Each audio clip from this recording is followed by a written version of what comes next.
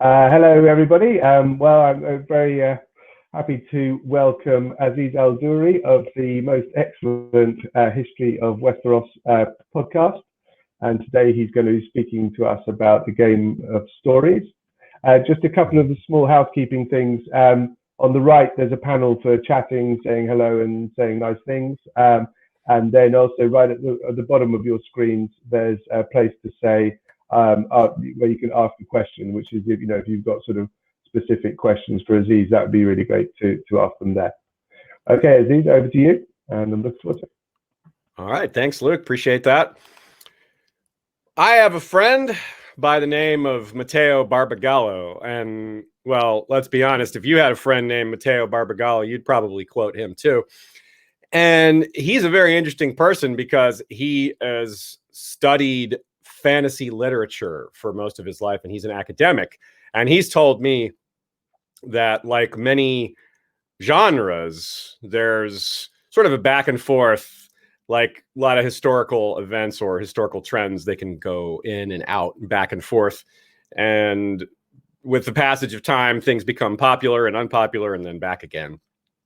And he made a really great point at a panel that I attended, and it really stuck with me. And it's part of the reason that I'm doing this. I chose this topic for today.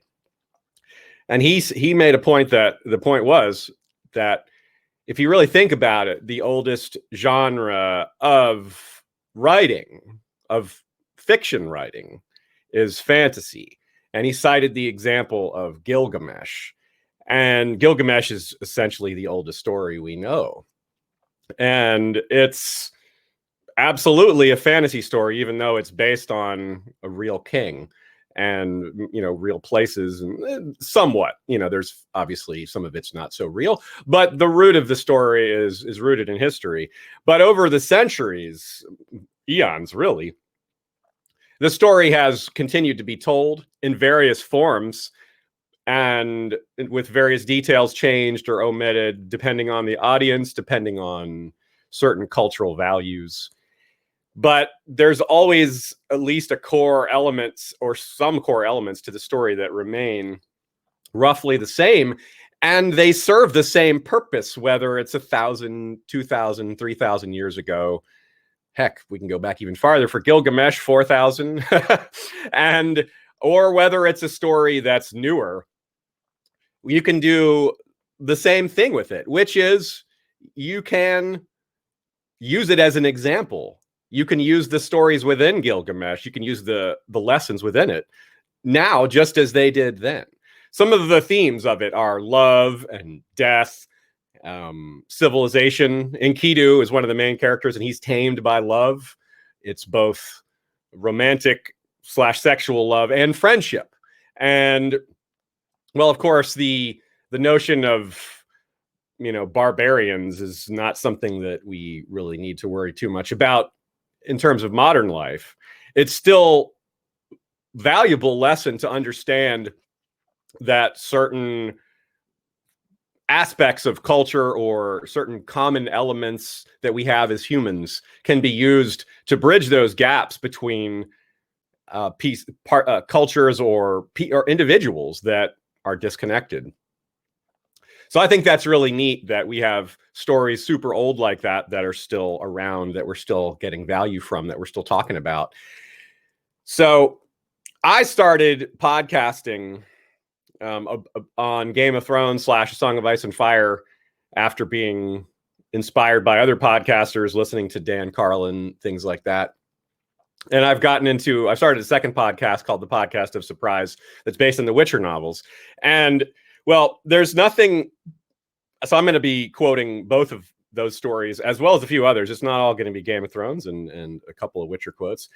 There's great examples that stand out really well because they're popular and we can all speak to them, which is, I think, part of the point here, or at least one of the valuable things in terms of discussing stories, that when a story is well known, it's much easier for people to discuss it because everyone has familiarity with it. I'll get back to that point in a minute. When it comes to learning, there's no substitute for reality. Nothing replaces direct experience, right? But if we're being honest, bluntly honest, we can't really experience most of what there is to experience out in the world. When we're reading history, of course, there's no experience whatsoever. We're only reading it. That's the bottom line. Is most of what we get from any from history or from stories is not a direct experience. Very little of our lives and what we learn is direct, especially when we're studying the past, because of course the past is gone. Something that occurred to me as I've been a fan of reading and history, I'm obviously a fantasy guy, but I've read far more real history than I've read fantasy in my life. I don't actually read a lot of different fantasy novels. Something I've noticed, though, about memory and about what makes things stick is emotional resonance. It's one of the keys to memory. It's a really easy point to explain if you point to some of the extremes, like trauma. Trauma is, you could say, it's something that has so much emotional resonance, it can't be forgotten, and it comes up at times that you don't want it to. Now, that's, of course, I'm simplifying trauma. It's a lot more complex than that, but it's certainly a part of memory.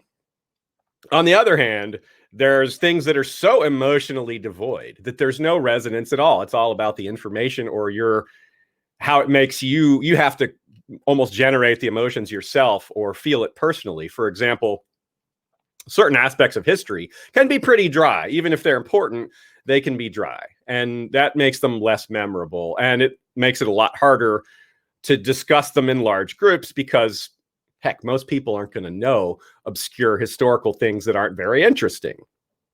So it might be painful to admit, but useless information written beautifully can stick with us more easily than important information present dryly.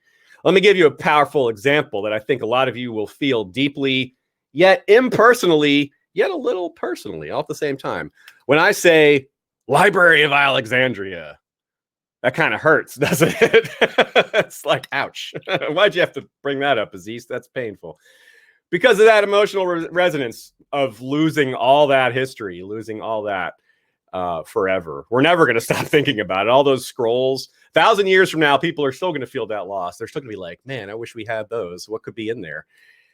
It's not just, and that's really powerful, right? We don't even know what the information is that we lost. We have no idea, but we feel it because there's so much of it. And well, we all, as fans of history, we feel the loss of things like that on a level that maybe we can't completely explain. But it's disturbing. But what's more disturbing is the stories about what happened to poor Hypatia. Now, some of those stories might not be true. And of course, they can't all be true, but they're disturbing too. The truth or fiction of the stories around Hypatia, who was tortured or skinned or burned alive, I don't know which one of them is true, if any of them. But to me, that makes the whole thing more memorable. The fact that there's this awful element attached to it. It's not a good thing to be thinking about necessarily, but that's not the point. The point isn't whether it's good. The point is whether it's memorable. But this Library of Alexandria example it's kind of a rarity in that it's an example of something that a historian, even with effort, a historian couldn't possibly make the Library of Alexandria story boring, right? It's just really interesting and compelling given who we are and what we're, our own interests as people who are fans of history. So I put it to you that context-free history can be just as dangerous as inaccurate history. Arguably, it's worse. Without context, the lessons can be spun and changed and twisted. We know why we don't. It's easy to explain that with the Library of Alexandria. There's nothing controversial about saying book burning is bad or killing someone is bad. But when we get into more complicated stories, the context is a lot more important. For example, let me get into a Game of Thrones example. If some of you all may recall, Jon Snow standing atop the wall, whether you're picturing it on the TV show version or thinking of the books, it's the same example, really, which is that he's standing atop the wall and he sees all the various free folk, the wildlings, arrayed and getting ready to assault the wall. Now, this is essentially a group of refugees. Mance Rayder wants them to is making a show of force, but his goal is to be accepted into the realm. They're running away from something that could be described as a fantasy climate disaster. Winter is so powerful and overwhelming that they can't survive it, even though they're historically quite capable of surviving harsh winters. And as we go through this presentation, I'll give other examples of why this can be useful.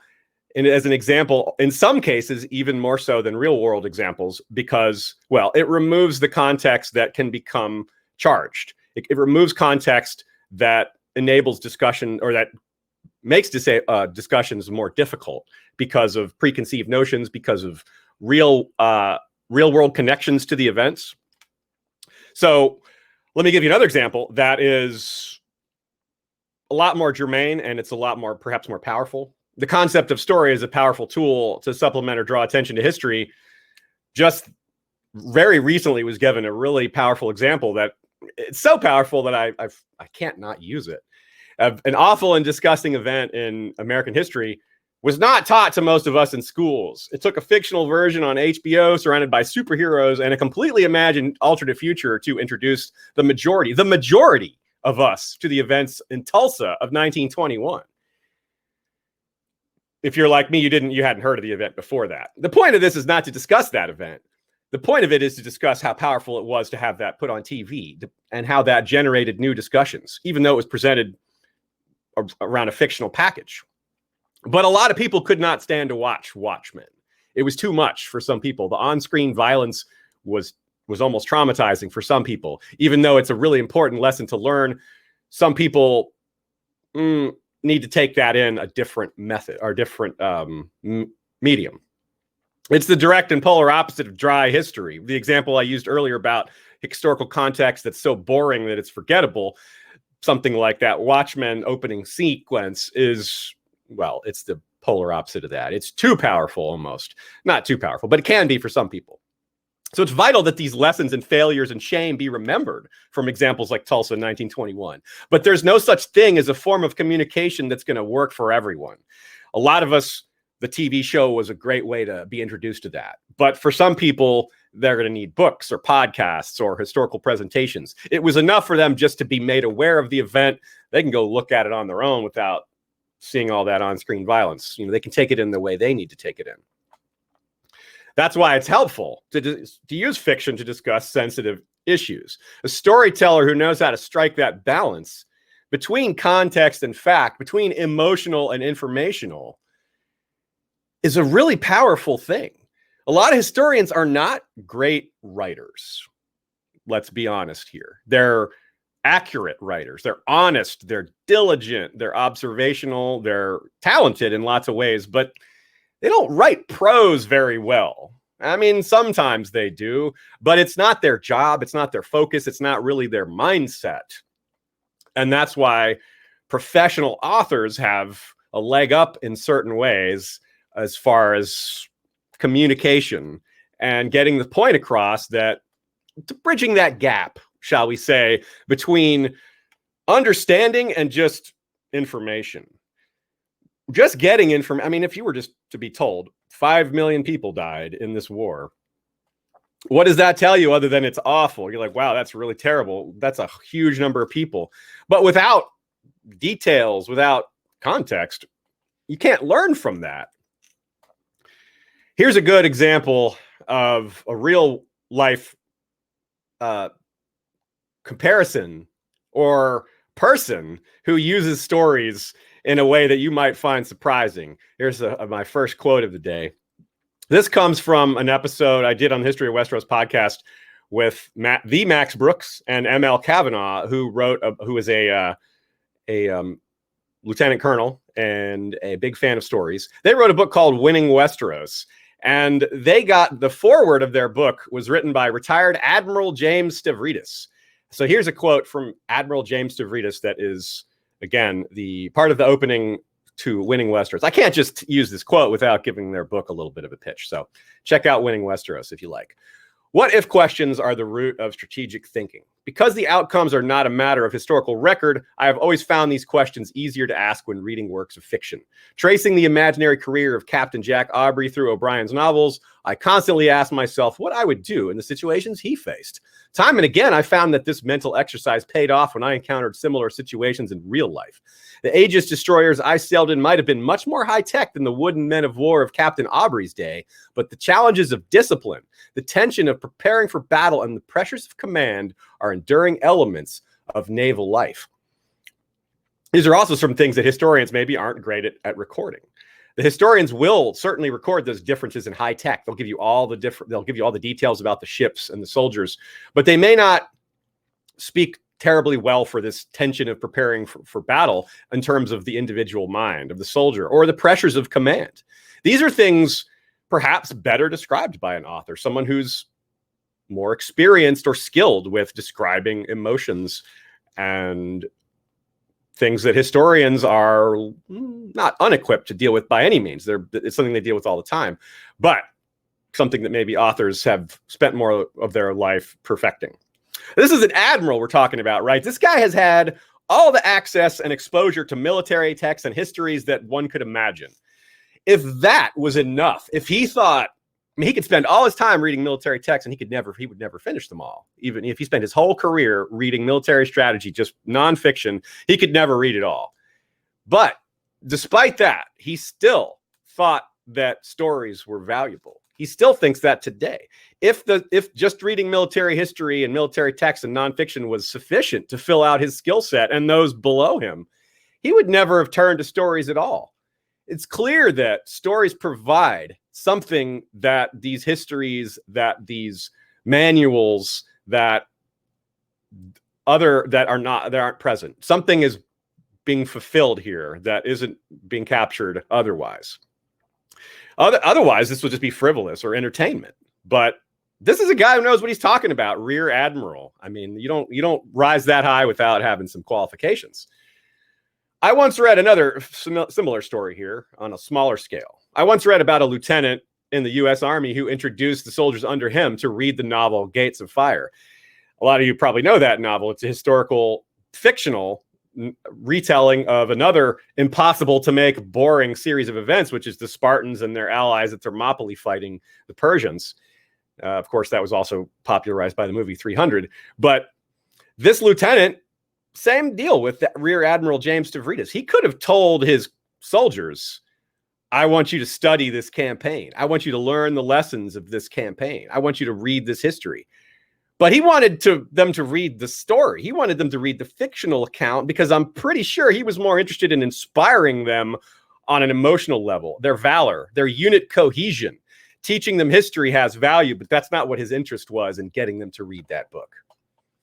Another really common and simple-ish, yet not simple in that it's familiar, are holy books. Stories within holy books are ubiquitous as teaching tools. I have a somewhat unusual upbringing in that my mother had me young and I never met my father. And so I was often, when she had to travel for work, which was not infrequently, she would have me stay with my friends' families. That led to me going to a lot of different churches on Sundays. And so I got a wide variety of different takes, different speeches, different Bible stories, things like that. And back then, I mean, I'm talking about being 13, 14. I wasn't terribly open-minded. I was not a big believer in religion. Nonetheless, I found a lot of value in these stories, even with my attitude being negative about it. I still learned things there. There was a common thread through all these, Sunday schools, which was that they were using stories to teach lessons. And it occurred to me that even if I was one of the only people or the only person in the room that didn't really believe in that particular religion, I was still learning from it. And that hit me pretty hard, even as a 13-year-old. And then much later, as an older person, it hit me even harder than that, as I had a lot more context and life experience and it just was a more valuable thing to be thinking about. So, and that's the thing about religion too. You don't have to believe the story. You don't have to believe the religion, believe any of their tenets to get value from the stories within it. Because the moral lessons or the examples, they provide a framework that's applicable to a number of situations. It doesn't require you to believe it.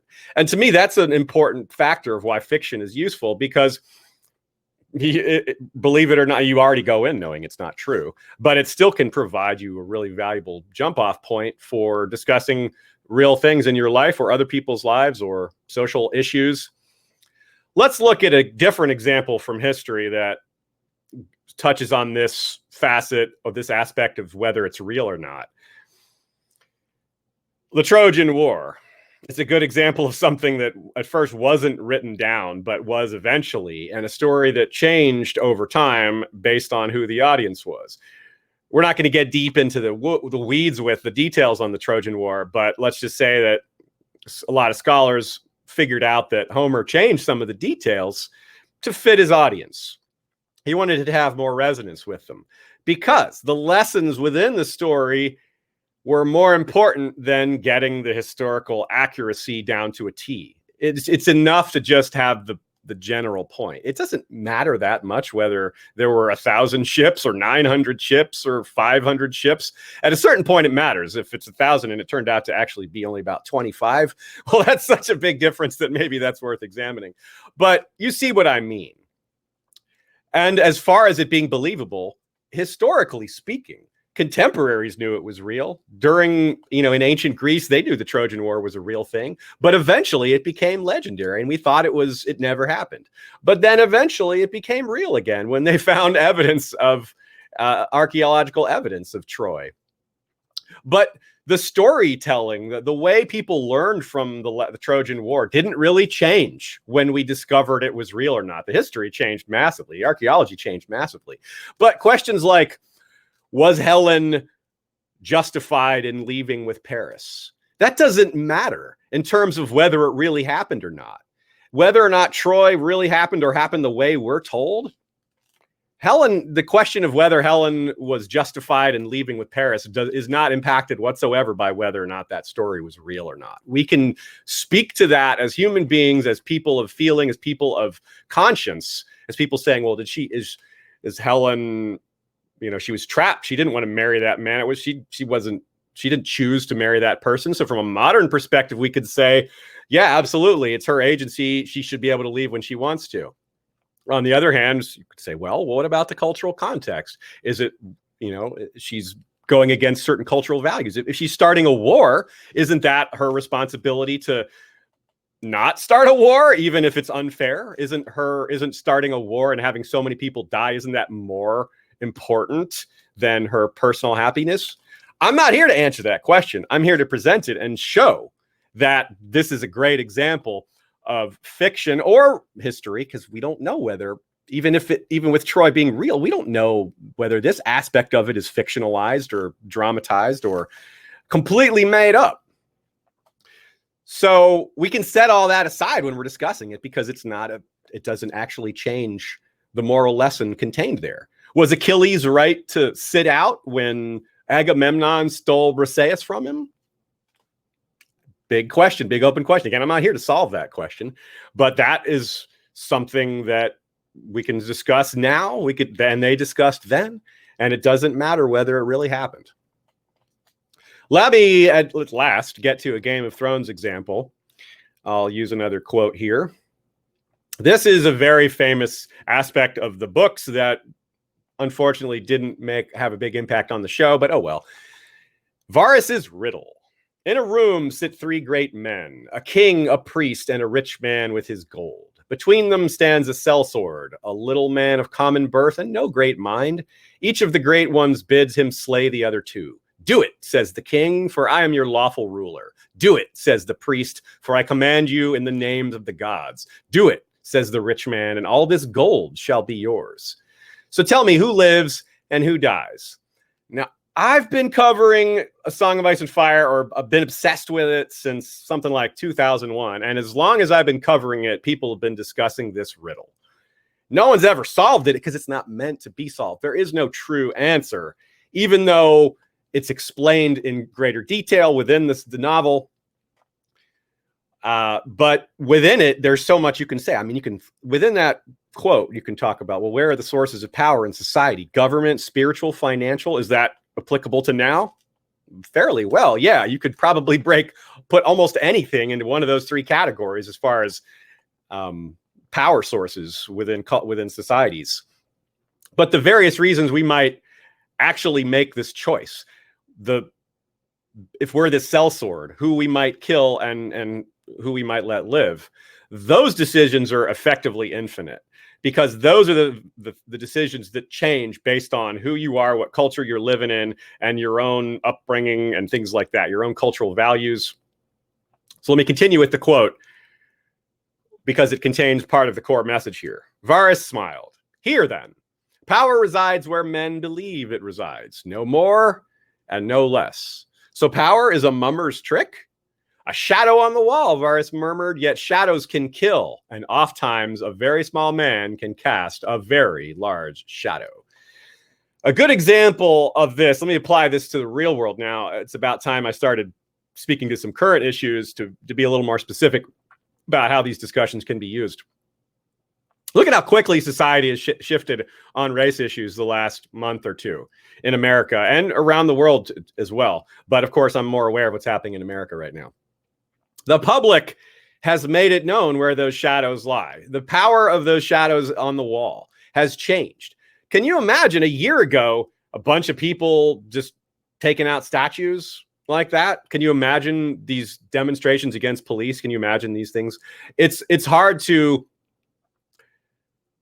make that, to have predicted that or have seen it coming in quite the way that it actually came. Sure, you can always predict that changes are coming in society. They always come inevitably. So change is inevitable. But the specific ways that changes are that's a different matter altogether. And this is super important. Companies all over just started changing their marketing immediately because of this change of the shadows on the wall. These companies spend millions and millions of dollars on finding out exactly where those shadows are on the walls. They are keyed in to what we care about, to what the public cares about, to what our values are. And they are ready to change on a dime as our values shift or as our values move, and whether it's in real time quickly like that or whether it's gradually. At the heart of this in the real world is messaging from these same power centers. Government is known for being very specific about stories.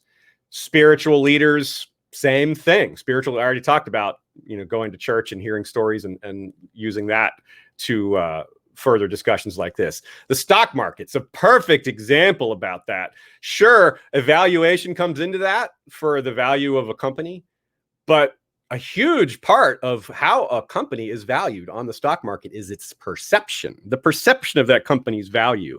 There's definitely some shadows on the wall when it comes to stock values in a lot of cases. You hear all the time about stocks being inflated or undervalued. It's literally how people go out to make money. Not many of us, but you were all aware that this happens. Another fantastic example, extremely germane to right now, statues. Again, let's get deeper into that. George R. Martin grew up in New Jersey. He grew up near the Statue of Liberty, a really, really powerful public symbol. And it occurred to me one day that the Statue of Liberty is really the polar opposite of the harpy. The harpy is a symbol of oppression, quite distinctly and powerfully so, and obviously so. And that's where some of this power comes from, by making it over the top, by making it exaggerated, by making it extreme. The harpy carries manacles. It's far more over the top, far more blatant than almost any symbol of slavery in the U.S. has ever been. Not quite, but you see the point. Certainly things that are still around now. If you go back to during the eras of slavery, there was some far worse things than the harpy.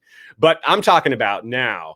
There's still things out there, but they're generally not as blatant. And that's where a lot of this difficulty comes from. Now, I'm frankly, all for people over statues, no problem. But my opinion isn't really the issue here. The point is there are a lot of people out there that don't really get it. They don't understand why these statues are offensive. They don't understand why these statues terrorize people. They don't understand that that's why those statues were, in some cases, put there in the first place, literally to cause terror. A lot of people don't realize that the Mount Rushmore was carved in part to insult natives. That was done on native lands and in a native area. So I'm not, we're not saying necessarily we have to blow up Mount Rushmore, but just the fact that that knowledge is hidden and not understood by most people is a big deal. So the Harpy, what does Daenerys do when she takes the city? She immediately destroys the symbols of oppression. She understands that those symbols are important and that they have to go down, and they have to go down big. It's important to symbolically take them down and to let people see it. It's very important that news gets spread far and wide. It's important that it be dramatic, because that makes the story spread farther. That makes more people hear about it. That ensures that the news that slavery in Slaver's Bay is put on notice spreads far and wide. So this is what I was trying to get at here with this point, is that real world bias can really get in the way when trying to teach. A lot of us, it's not a problem. We don't have these biases, but we have to admit they're out there. And if you're trying to get around people's biases, even if they seem like really ridiculous biases, we all understand there's value to overcoming that, to finding some path around that bias to enlightenment. Say, look, I think I can teach this person, or I think I can at least open their minds, and maybe this will change their mind. Maybe this will move them forward on something. What about, say, Jaime Lannister? What about promises? What about conflicting oaths? This one's really powerful to me. Maybe it has less value into current society, but I think it's starting to come back around, because we're starting in American society, particularly right now, a big focus is on what are the duties of those sworn to protect. Police, of course, are what I'm speaking of. Jaime Lannister has the Kingslayer's dilemma. A big part of his arc is all his conflicting oaths. He swears to defend the weak and protect the innocent. He also swears to defend the king. And what happens when those two are at odds? What happens when the king attacks innocents? What's he supposed to do? He's breaking an oath no matter who he sides with. So if police have sworn to follow orders, and if military have sworn to follow the Constitution, but they've also sworn duties to their fellow humans, well, these are the kind of things we can discuss out in the open without any of this knighthood or King's Landing or wildfire. How strong is a promise? Where's your duty lie when you're a regular citizen? What about if you're a police officer? What's supposed to be? How are you supposed to prioritize your duty to society? And what if you come from privilege like Jaime Lannister? He's the son of the most powerful man in the kingdom. How does that change his duty? If he's a different knight and he slays the king going against his oath, he can expect to be executed or worse. But because he's Jaime Lannister and his father has extra power that can maybe get him out of trouble, does that increase his responsibility because he won't suffer the consequences that a lot of the rest of us would, or that a regular knight would? I'm not sure. I think yes, but it's a very debatable point. And again, this is a fictional setting, but we're applying it to the real world in a way that removes a lot of our preconceived biases. We're no longer, if you've had a personal bad experience with police, you should never forget about it. Would never tell someone to omit that. But you might not want to hear someone just bring up police randomly because it frustrates you. You might prefer to discuss it in a milder setting, something that's fictional. That way it doesn't get so frustrating and bring up these real emotions, potentially trauma. Let's talk about beauty standards for a second. Brienne is a wonderful example of that, of unpacking how we look at how we judge, especially women in society. Looking at how a culture judges her from that's not like ours, because it's a medieval style setting, they judge her for being large and for having her teeth a certain way and for not conforming to conventional beauty standards. But this is a medieval society that has lots of children die in childbirth, women dying in childbirth, kids dying in the cradle. And she's extremely, unusually strong and healthy. Yet she's mocked for not conforming to male femininity standards. She's supposed to be willowy with big hips and have babies. She doesn't do any of that. She doesn't look like that or behave like that. And so she gets mocked brutally, even though she's quite capable. She's better than a lot of them as a warrior. And setting that aside, though, because I'm trying to focus on the beauty aspect of this, it's a wonderful lesson in talking about how we judge beauty and how we it's a construct. It's easy for a lot of people to think that it's all natural. We're attracted to what we're attracted to because of our deep-seated beliefs or our deep-seated nature. Just our most basic human nature is what causes us to be attracted to things. That's not entirely true.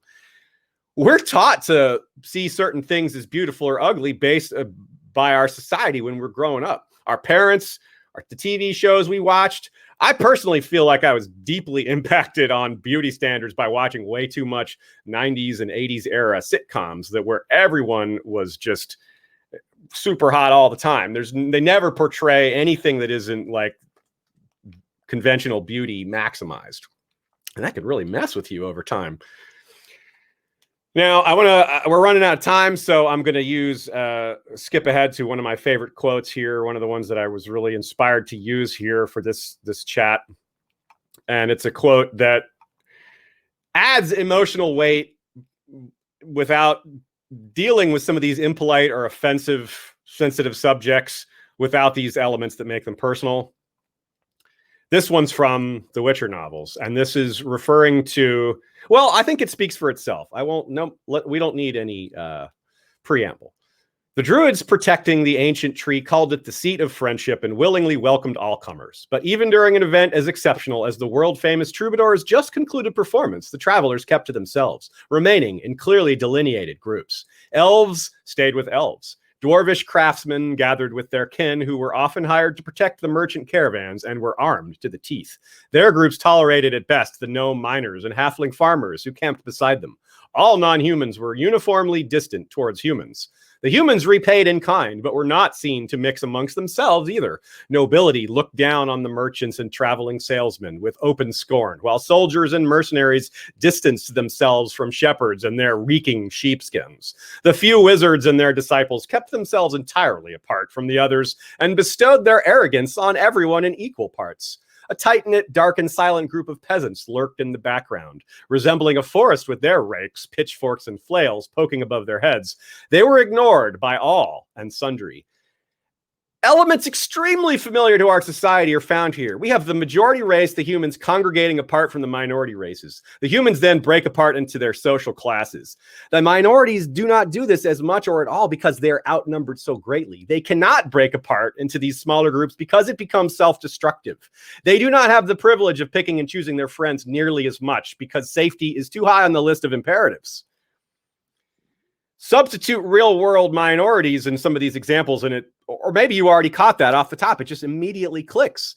The dwarfs, gnomes, and halflings are shown as having a narrow range of employment opportunities in a human-dominated world. They have unity and a shared struggle. When a dwarf meets another dwarf, he automatically knows they've faced racism and stereotyping from humans, and they know almost exactly the scope and manner of that prejudgment. And this is at the root of their mistrust for that majority race. Though the majority race doesn't grasp that for the most part. They think, oh, they just want to be with their own people. Have we all not all heard that sentiment in the real world? Well, it isn't really true, or it is not fully true. It depends. The poorest humans in this example are described as resembling a forest, tragically but aptly described as a backdrop. They have strength in numbers but no cohesion, little unity, in part because they've been long divided by the more powerful among the human cultures. Not just from each other, but from the minority races who they have far more in common with than they've been led to believe. Now, the last quote I have today, this one just really gets me. This is the actual next paragraph, continuing the same quote. The exception, as ever, was to children. Freed from the constraints of silence which had been enforced during the bard's performance, the children dashed into the woods with wild cries and enthusiastically immersed themselves in a game whose rules were incomprehensible to all those who had bidden farewell to the happy years of childhood. Children of elves, dwarves, halflings, gnomes, half-elves, quarter elves, and toddlers of mysterious providence neither knew nor recognized racial or social divisions. At least, not yet. This has always been true. Ever since humans have congregated at all, children have behaved this way when allowed to. But we could all speak to that. We've all known this. We could all talk about how children thousands of years ago behaved, and we would get maybe to this same point. But I could never put it that beautifully. Most historians could never put it that beautifully and that poignantly. The message is almost better because it's fictional. Because it doesn't bring up the real biases, it brings up the shadow of those biases, the shadow of those things. It doesn't call up the real ghosts that are still oppressing people today. It just implies them. So one last point: the difference between history and fiction is probably smaller than a lot of us would prefer to admit, because quite frankly, a lot of history, it was written after the fact. It's the only source we have. A lot of the sources we rely on are not very good, but that's all we have. So this is all we can go with. Inaccurate history, I say, just treat it as fiction. You can still learn from it. You can still apply these lessons. You can still glean important things from modern society. And I hope I've given you additional insight into how valuable that can be. And that is it. That was great. Thank you very much, Aziz. Unfortunately, we haven't got much time for questions, but we had a couple that you perhaps get back onto another time. Yeah, I didn't realize. I was like, oops, I thought I had 5 more minutes. I'm like, wait, no, I don't. No, that was wonderful. Thank you very much on behalf of everyone. Thanks a lot. Excellent. Thank you. Bye-bye.